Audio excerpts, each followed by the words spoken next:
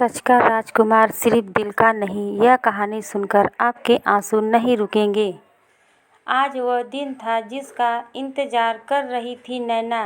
चेहरे पर एक अलग ही चमक है, हंसी है कि थमने का नाम नहीं लेती। होठ से, आंखों से, हर जगह से झलक रही है नैना। नैना को 3 महीने लगे यह सोचने में कि आखिर वो किस कलर कॉम्बिनेशन के साथ जाएगी। फिर करीब 8 महीने के बाद हैंड मेकअप वाह गावन में परी से खूबसूरत लग रही है। एक सेट सेम नहीं पर लगभग तो मान ही लो उसी कलर का सूट है राजवीर का। आंखों की चमक नैना को आंखों से कुछ नहीं है। आज है ग्रेट एंगेजमेंट सेरेमनी। नैना और राजवीर का ग्रेट सिर्फ बोलने के लिए थी। यह सच में बड़ी है, सबसे बड़े एक आलीशान होटल के बड़े खूबसूरत हॉल जिसमें तारों और सूरज की तरह चमकते बेशकीमती झूमर भी जैसे सलामी दे रहे हो मेहमानों को। हर हर टेबल पर कोई ना कोई जानी मानी हस्ती इंतजार कर रही थी आज के स्पेशल कपल का। और फिर राजवीर अपने अंदाज में स्टेज की तरह आ रहा था। 4-5 दोस्तों ने उसे घेरा हुआ है, लेकिन यह साथ में जब तक ही होंगे तब तक नैना ना आए स्टेज पर आकर। बस अब राजवीर को भी नैना का ही इंतजार है जो घुसर फुसर हो रही है। वो अचानक से रुकती है और एक सन्नाटा छा जाता है। हॉल पूरा भरा है, लेकिन आज हर कोई सिर्फ नैना को देख रहा है। वो धीरे धीरे नज़रों को ऊपर करके अपने इस स्पेशल पल को एंजॉय करते हुए आगे बढ़ रही है। सबकी तो बोलती बंद थी, लेकिन ऐसा भी कोई था जिसकी सांसें भी बंद हो जाती। करण भी मैं खड़ा एक टक नैना को निहार रहा है, आंखों को झपकाना भी शायद भूल गया। वो उस पल को खो गया। एक पल में उसने फास्ट से फ्यूचर की यूरी यात्रा कर डाली। फास्ट उसका बड़ा था, वो चाहता था ऐसा ना हो, और फ्यूचर वो चाहता था कि ऐसा हो, लेकिन अभी उससे कोई भी नहीं था। करण को वो था जो नैना को बेइंतहान प्यार करता था। करण और नैना की दोस्ती स्कूल के समय की है, लेकिन करण अपनी मन की बात नैना को बता नहीं सकता था। करण के पास दिल का प्यार था, पर वो नहीं था जो नैना को चाहिए। नैना के सपने बड़े थे, वो जिस तरह के राजकुमार के सपने सजाए बैठी थी, ऐसा राजवीर था। सच का राजकुमार सिर्फ दिल का नहीं। जैसे नैना के घर स्टेज पर खड़े राजवीर की तरफ बढ़ रहे थे, वैसे वैसे करण के पैर उसे कह रहे थे कि चल अब तो चल, बस कर, अभी भी रुकेगा क्या यह सब देखने के लिए। आखिरकार करण के पैर वहाँ नहीं टिक पाए और वो वहाँ से दरवाजे के ओर बढ़ने लगा। आखिर क्या चाहिए था उसे इतने बड़े फंक्शन में? वो पहली बार आया था, ऐसा उसने जिंदगी में पहली बार देखा था। उसे नैना चाहिए थी। करण अपनी कार में बैठा जो उसकी नहीं थी, लाया था मांग कर अपने दोस्त से, खासकर इस फंक्शन के लिए कार स्टार्ट कर निकल गया। आंखों के आंसू तो सूख गए थे, पर आज नैना को इस तरह देखकर वापस आ गए। करण को अकेले में बैठकर रोना था, इसलिए गाड़ी ना घर की तरफ गई ना किसी दोस्त की तरफ। करण गाड़ी को दूर ले जा रहा था, एक सुनसान जगह पर, जंगल के पास। उसकी गाड़ी पर ब्रेक लगा, बाहर दरवाजे पर नीचे बैठ गया। अपनी किस्मत पर रो रहा था। आवाज़ सुनने वाला दूर दूर तक कोई नहीं था, ना कोई आंसू पोंछने वाला। कुछ देर बाद बहते आंसू अपने आप सूख गए।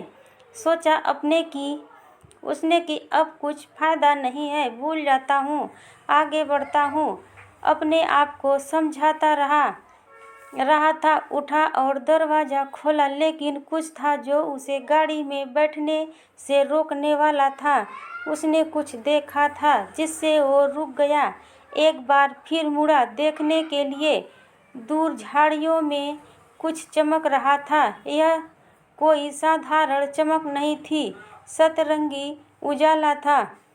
उस चकचौध भरी महफिल में ऐसा कुछ नहीं देखा था, शायद जो उसने अभी देख लिया। खुद को रोक नहीं पाया, पास गया। उस अजीब सी खींचने वाली चमक के झाड़ियों में पड़े एक छोटे से संदूक से वो चमक आ रही थी। एक सुनसान जगह और वहाँ पर पड़ा हो कोई छोटा सा संदूक, वो भी साधारण नहीं, सतरंगी चमकता हुआ। शुरुआत में बैठाने में हर किसी को संकोच होगा। ऐसा ही कुछ करण के साथ हो रहा था। मन में पहले से बहुत कुछ, ऊपर से यह चमकता नया कुछ। फिर भी करण ने उसे उठाने का मन बनाया। धीरे धीरे, डरते डरते उसके हाथ वहाँ तक गए। कपकपाते हाथों से उसने उसे उठाया। हाथ लगाते ही ऐसा लगा जैसे शरीर की सारी नसों का खून दौड़ते दिखाई देने लगा हो। एक नया उजाला उसके अंदर आ रहा हो। धड़कन किसी भागती ट्रेन से कम नहीं थी। हाथ में उठाया वो संदूक तो उसे पता चला कि चमक संदूक के अंदर से आ रही है। संदूक खोला तो उसके सामने था उसकी किस्मत चमकाने वाली किताब। घर आकर उसने सबसे पहले जो काम किया वो था उस किताब को खोलकर पढ़ना। पहला पन्ना उस किताब का खोला। लिखा था, यह किताब आपकी किस्मत बदल सकती है। आप खुशकिस्मत हैं जो इस किताब के अधिकारी बने। आपको यकीन नहीं होगा, लेकिन आप इसमें जो भी लिखोगे वो पूरा होगा। सब कुछ मिलेगा आपको इस किताब के जरिए। बदले में आपको इसकी एक शर्त मानना होगा, वो यह कि आपको इसे सम्मान देना होगा। आपको इसे याद रखना होगा। अगर आपने इसे याद नहीं रखा तो यह किताब आपकी मालिक बन जाएगी। आपको 24 घंटे में एक बार इसे खोलकर कुछ लिखना होगा। बस एक यही शर्त है, आप जो लिखेंगे वो मिलेगा। बस इस शर्त को ना भूलें। अगर आप इस शर्त से मान लेते हैं तभी किताब का दूसरा पन्ना पलटिए। अगर आपका जवाब ना है तो इसे जहाँ से लिया है वहीं वापस रख दें।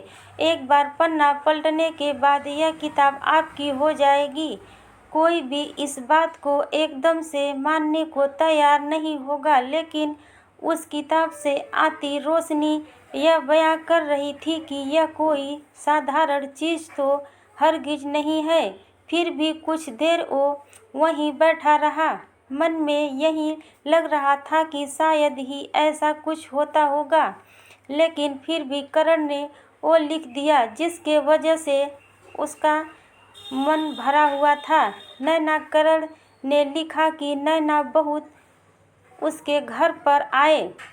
सुबह उसके घर पर आए नैना उससे मिलने।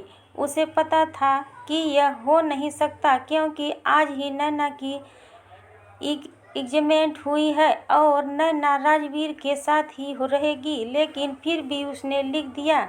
लिखकर उसने किताब को यूं बंद कर दिया और फिर ख्यालों में खो गया और वहीं सो गया। रात को कब सोया, दरवाज़ा बंद था या खुला, उसे कुछ पता नहीं।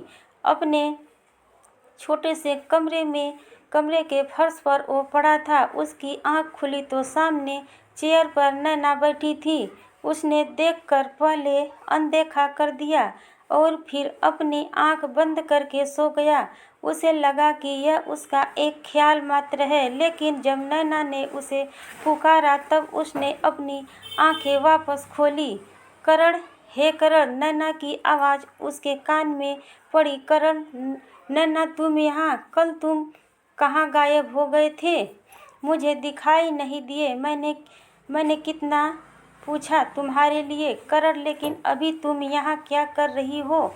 नैना, अरे राजवीर को अचानक बाहर निकलना पड़ा। कहा कि शाम तक वापस आ जाएगा और तुम जानते हो कि उसके बाद मुझे अगर किसी से बात करने का मन करता है तो वो हो तुम। करण नैना से बात कर रहा था और साथ में उस किताब के बारे में भी सोच रहा था। रात में वो भी उस किताब के सामने था। फिर कुछ लिखने को इस बार उसने लिखा कि नैना उसके साथ कल का डिनर करे। यह बात का होना ना के बराबर था, लेकिन शायद अभी वो किताब पर पूरा यकीन नहीं कर पा रहा था। इसलिए एक बार फिर उसने लिखा। टेस्ट करने के लिए अगली शाम को इंतज़ार कर रहा था कि नैना फिर उसके पास आए, लेकिन नैना घर पर नहीं आई। उसने फ़ोन किया और कहा कि आज मेरे साथ डिनर कर सकते हो, मुझे तुमसे कुछ बात करनी है। करण की आंखें चमक उठी। उसे यकीन नहीं हुआ। अपने कानों पर उसने किताब को उठाकर चूमा और झूमने लगा।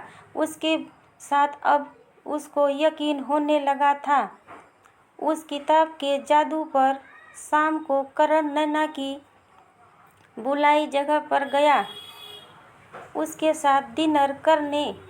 उसे मन में एक विश्वास आए गया था कि अब नैना उसकी होने वाली है। नैना ने करण को कहा कि मैंने तुम्हें इसलिए यहाँ बुलाया है कि राजवीर चाहता है कि शादी 1 महीने में हो जाए। पहले उसने कहा था कि 2 साल पर पता नहीं अब उसका मन क्यों बदल गया। करण, मुझे कुछ समझ नहीं आ रहा, तुम बताओ क्या करना है? करण थोड़ा सा घबराया यह बात सुनकर, लेकिन फिर उसे ख्याल आया किताब का और वो धीरे धीरे मुस्कुराते हुए जोर से हंसने लगा। नैना को समझ नहीं आया कि करण क्या कर रहा। वो बोल रही थी, मैं तुमसे इतनी बड़ी प्रॉब्लम डिस्कस कर रही हूँ और तुम हंस रहे हो।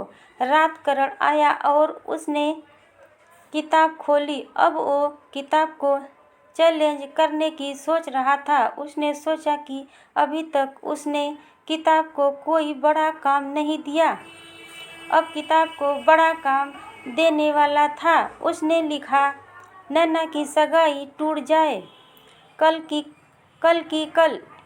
इतना लिखकर उसने किताब बंद की और आईने के सामने जाकर खुद को निहारने लगा और करने लगा कल का इंतज़ार। सुबह से इंतज़ार में था फ़ोन के लिए, लेकिन इंतज़ार करते करते शाम हो गई और शाम में फिर रात 9 बज गए थे, लेकिन अभी तक उसका फ़ोन नहीं बजा, ना ही नैना आई। जब घड़ी के कांटे 11 बजने की तरफ जाने लगे तब उसने आस छोड़ दी। किताब की तरफ देखा जो दूर पड़ी। उसने मन बना लिया था कि उसे उठाकर वो खिड़की के बाहर फेंक देगा। यह सुनने के लिए वो अपने बिस्तर से उठा और किताब की ओर जाने लगा। किताब को हाथ से उठाया और तभी पास पड़ा फ़ोन बजा और कॉल था नैना का। उसने किताब को रखा और फ़ोन रिसीव करके कुछ नहीं कहा। करीब 10 सेकेंड के बाद नैना ही वहाँ से रोते हुए बोली, करण, अरे नैना क्या हुआ, रो क्यों रही हो? नैना, राजवीर ने सगाई की रिंग वापस भेज दी। कहाँ मेरा फ़ोन भी नहीं उठा, बोला कि उसे अब रिलेशन में नहीं रहना। थोड़ी देर बाद करण को नैना की आवाज़ सुनना बंद हो गई। वो फिर किताब को निहारने जा रहा था और फिर फ़ोन काटने के बाद ज़ोर ज़ोर से हंस रहा था। उसकी सबसे बड़ी ख्वाहिश पूरी होने वाली थी। फिर रोज़ वो किताब में लिखने लगा। उसकी ज़िंदगी का एक ही मकसद था, नैना की खुशी, नैना की पसंद। धीरे धीरे करके उसने किताब से सब मांगा, पैसा, नैना का प्यार। नैना राजवीर को भूल जाए, नैना उससे बहुत प्यार करने लगे। घर, गाड़ी, बिजनेस, सब कुछ बहुत कम समय में वो ऊपर जाने लगा। उसकी तरक्की देखकर हर कोई हैरान था। कई लोग थे जो उसके पीछे भी लगे, लेकिन वो जानता था कि उसका कोई बाल भी बांका नहीं कर सकता। किताब जो है उसके पास करीब 2 साल बाद उसने वो किया जो वो करना चाहता था। सगाई नैना से बिल्कुल उसी जगह जहां नैना और राजवीर की हुई थी। पहले यह सोचना मुश्किल था, लेकिन अब किताब की बदौलत यह सच हो रहा था। नैना तो चाहती थी वो शादी करे, लेकिन करण से 10 दिन की लंबी वेडिंग का प्लान बनाया था, जिसमें सगाई पहले थे। करण सोच रहा था कि यह सपना सच हो गया। ठीक 2 साल पहले उसने नैना को ऐसे ही देखा, लेकिन किसी और के बनते, और आज नैना उसकी होने वाली थी। धूमधाम से सगाई हुई, बहुत गेस्ट आए, पूरा हॉल भरा था। उसको बधाई देने में मीडिया, न्यूज़, सभी लोग थे उस सगाई को कवर करने के लिए। और बस यही था वो वक्त जब करण चूक गया। अचानक भीड़ में खड़े हुए उसको याद आई किताब को 24 घंटे के ऊपर हो गए थे। वो एकदम से घबरा गया। सब कुछ छोड़कर वो कमरे में भागा। फटाफट जाकर उसने अपना बैग निकाला और किताब को खोला, और उसने लिखना चाहा, लेकिन वो कुछ भी नहीं लिख पाया। अब किताब ने लिखा, आपने मेरा अपमान किया है। अब आपको वो करना होगा जो मैं लिखूंगी। मालिक तू नहीं, अब मैं हूँ। करण को यकीन था कि उसके साथ अब जरूर कुछ बुरा होने वाला है। किताब ने उसके लिए इतना कुछ किया, लेकिन अब किताब क्या करेगी, यह सोचकर वो बुरे हाल था। लेकिन किताब ने उसके लिए पहला काम लिखा कि तुमको नैना को एक तमाचा मारना है। यह पढ़कर उसने समझ आ गया था कि आगे और क्या क्या होने वाला है। उसने उस किताब को बंद कर दिया और बैग में डाल के अलमारी के अंदर बंद कर दिया। घबराते हुए उसने सोचा कि अब वो इस किताब को कभी नहीं खोलेगा। उसने नैना को मारने का सोचा भी नहीं था, लेकिन अगले दिन नैना सुबह से घर पर नहीं थी, ना ही उसका फोन लगा। उसके मन में तरह तरह के ख्याल आने लगे। शाम होकर रात हो गई, लेकिन नैना का कोई अता पता नहीं था। उसे पता था कि यह सब कौन कर रहा है। उसने बैग से किताब निकाली और जोर से कहा, क्या चाहिए तुम्हें, बोलो। किताब खोली तो किताब नई लिखना शुरू कर दिया। मैंने हर वो काम किया था जो तुमने कहा, वो भी सिर्फ 24 घंटे में। तुम्हें भी वो करना होगा, और अगर तुमने मुझसे पीछा छुड़ाने की कोशिश की तो याद रखना, अंजाम बुरा नहीं, बहुत बुरा होगा। उसके किताब खोलते ही नैना घर आ गई। उसको आते ही देखकर करण ने उसे जोरदार तमाचा मार दिया। बोला, कहाँ थी, मैं कब से तुम्हारा फोन लगा रहा हूँ। नैना को करण का यह रूप समझ नहीं आया। वो रोते हुए अपने कमरे में भाग गई। करण ने सोचा कि कल उसे कुछ बोलकर मना लूँगा, लेकिन उसे नहीं पता था कि किताब अब ऐसा कुछ लिखने वाली है। किताब ने लिखा कि करण उसके सामने 20 सेकंड तक बिना हिले डुले सिर्फ बैठा रहेगा। करण को पता था कि वो सब फंस गया है। उसने ऐसा ही किया। वो वहीं बैठा रहा। बीच में उसे नींद की झपकी आ रही थी, लेकिन उसने अपनी आंखों पर पानी मारा। अगला काम था उसे 200 किमी दूर जाकर एक घाटी से नीचे अपनी कार गिरानी है और वापस 24 घंटे के पहले आना है, वरना अंजाम बुरा। करण गाड़ी लेकर गया।